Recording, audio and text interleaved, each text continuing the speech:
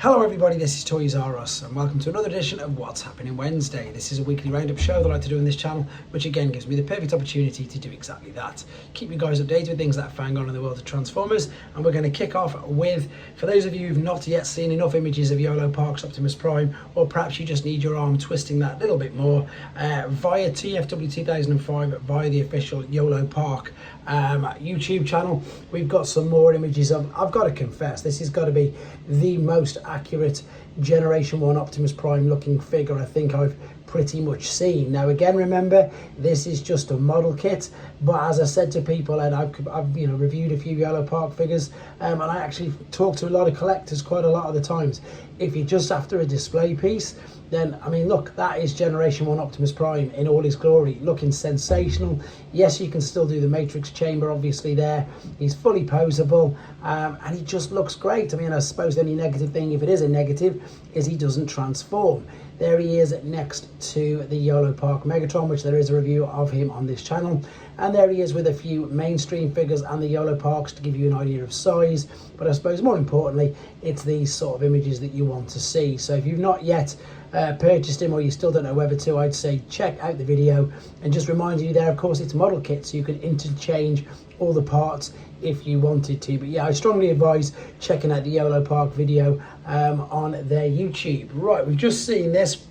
This is something I was discussing briefly Saturday, but again, it's just a quick recap. If you didn't see it, the listings for these three are going to be, well, that's it. Basically, Hasbro are doing their version of a Nemesis at the bridge, but without Megatron. You've got these three Decepticons, and the other thing as well is, as well pointed out by Fungboy on the channels, is that that's pretty much exactly the same, the way they appeared in the Transformers 1 trailer, so it's perfectly timed. And also just to remind you that, of course, the Revenge of the Fallen 4-pack that's coming out is going to, of course, tie in with unbelievably the 15-year anniversary of that film as well. So we keep our eyes peeled for the figures that are going to be coming out with them. Right, third-party company, Kang Toys, who make ridiculously good figures, to be honest. I've reviewed quite a few of them. This is their purple versions on stylized Predacons, but this is the twin pack of the two completely new characters. So this is Thorilla, and then we've got Rusty Russ, or is that Dassy Russ? I think it's Rusty Russ.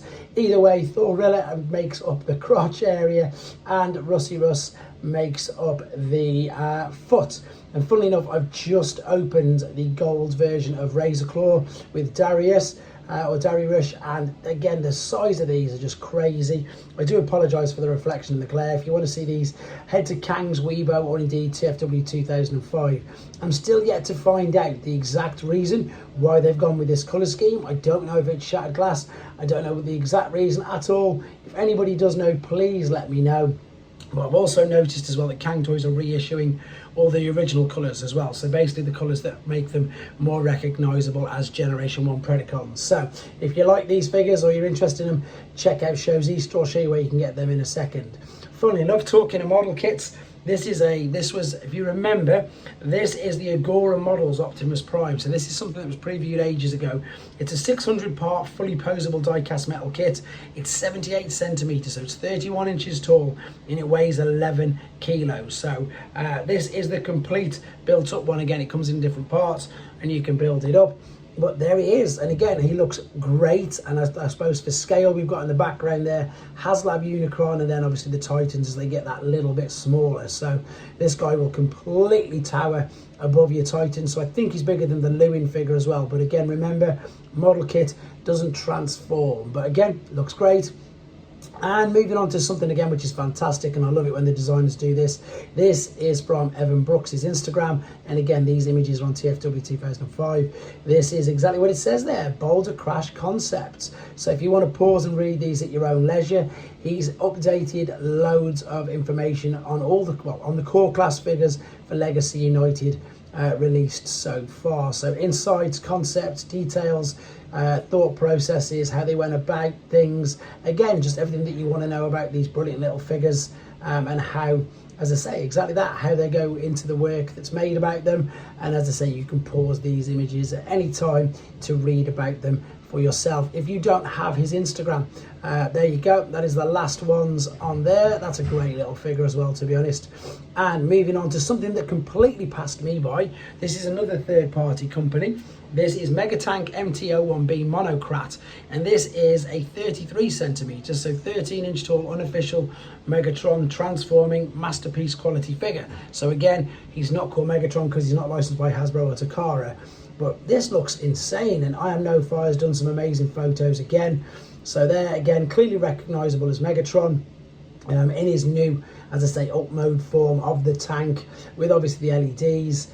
With loads of detail on him. These images, by the way, are from I Am No Fire via tformers.com. And as I said, I'm going to have a good look about this figure, see how much it costs, because I'm really intrigued. I think it looks great. I love the huge fusion cannon, and again, I like the fact that you can't really tell it's a tank at all by looking at him in robot mode, because I can't at the moment see any visible treads and stuff. So I might have a proper look at this figure. If anybody's got that or would like to leave me any comments on what they think of it, please do let me know, because I think it looks spectacular. Right, staying with third party, Magic Square's Weibo page, we knew this was coming because as soon as we have Trailbreaker, we of course have Hoist. So Magic Square B10A, I think this is their take on a Hoist, but with a slightly different paint deco, because I'm pretty sure they've already got one, hence the letter at the end of the numbers. Again, for those of you who don't know, these are third-party Legend scale fully transforming figures. I've done some Magic Square reviews on this channel. Some of the transformation processes, in my honest opinion, are a little bit too complex, but this guy looks okay. And again, maybe we wait to see him in a bit more detail in the future. That's the accessories that come with him. And then we're going to quickly move on to Fans Hobby's Facebook page, are teasing us that they're going to be reissuing Jinrai, God Jinrai and Super Jinrai this year by the looks of it. And again, look at that, that's perfect timing. Hasbro and Takara are going to be releasing their versions, so Fans Hobby have obviously jumped on the bandwagon, and rightly so, and they're going to be reissuing theirs. So there's going to be multiple Jinrai choices come the end of the year. Funnily enough, here you go guys, this is where you can get most of the stuff from. There is the purple Kang Toys, there is the Hoist I've just mentioned, there is the hotspot from yesterday's video, there's Movie Masterpiece Brawl that obviously we've seen revealed recently, there's Doctor Wu figures there, that I believe there, yeah, there you go, there's the normal Kang Toys deco back in for pre-order. There's other New Age figures, there's Yolopark, there's Movie Masterpiece, there's Masterpiece Standard, there's 3-0, there's loads of figures on here, everything apart from mainline Generations and Studio Series figures. And if you want to help myself in the channel out, yourself and the channel out, when you go to the Shows e-store, you sign up for yourself, get your own points, and then at the top there next to the Discord box there is a support your favorite reviewer. If you type Toys R Us in there, it greatly helps myself and the channel out as well. So obviously I'll be doing more Transformer Facts Friday. I'm going to do the live this Saturday night, so again, prize draw for the channel members.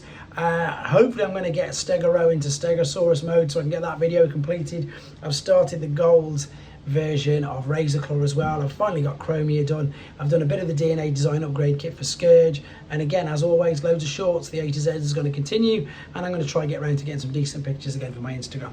Thanks very much for the support guys, take care.